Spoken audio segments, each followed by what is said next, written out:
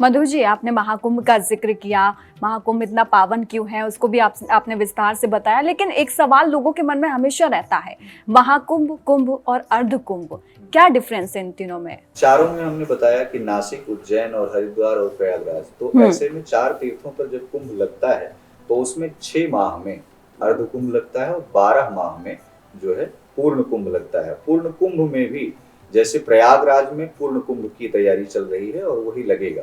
लेकिन जब पूर्ण कुंभ 12 वर्षों बाद उज्जैन में लगता है तो वो सिंहस्थ के रूप में होता है। इसमें राशियों का बहुत बड़ा प्रभाव होता है, सूर्य, बृहस्पति, चंद्रमा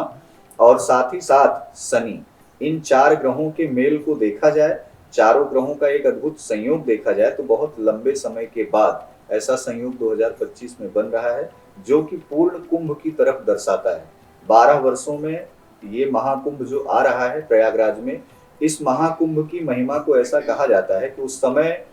देवता भी लालायित होते हैं पृथ्वी पर आने के लिए। और एक श्री रामचरितमानस में एक चौपाई आती है कि जिस समय सूर्य मकर राशि में प्रवेश करते हैं, मतलब कहा गया है कि तीर्थ पति आव सब सोई, मतलब सभी तीर्थों के स्वयं में जो राजा हैं तीर्थराज प्रयाग, उनके उस समय अभिमंत्रित होने पर, उनके निमंत्रण देने पर, शास्त्र के अनुसार जो पूर्ण कुंभ जो वहां लगता है उसके अनुसार वहां पर सभी देवी देवता, सभी ऋषिगण, सभी मुनि,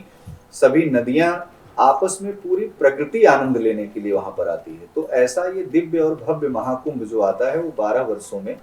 इसीलिए आता है। और रही बात 6 वर्षों में अर्ध कुंभ क्यों लगता है, तो देखिए एक शाखा है, जैसे शाखा प्रत्येक माह में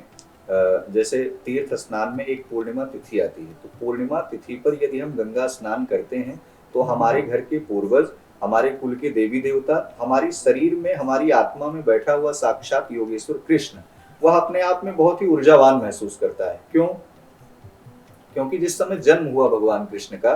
और जन्म के बाद जब वो कारागार से मुक्त हो, स्वयं अपने आप को मुक्त करके और जब जाने लगे, तो जिस डलिया में बैठे थे उन्होंने अपने चरण को बिल्कुल नीचे झुका रखा था। ऐसी तस्वीरें आज कलिकाल में वायरल होती हैं, लेकिन साक्षात श्रीमद् भागवत महापुराण कहता है कि माँ भगवती यमुना ने उस समय चरण स्पर्श किया और चरण स्पर्श करके वो स्वयं को धन्य की। तो ये जो है गंगा, यमुना और सरस्वती का एक महामेल, ये त्रिवेणी का एक महामेल,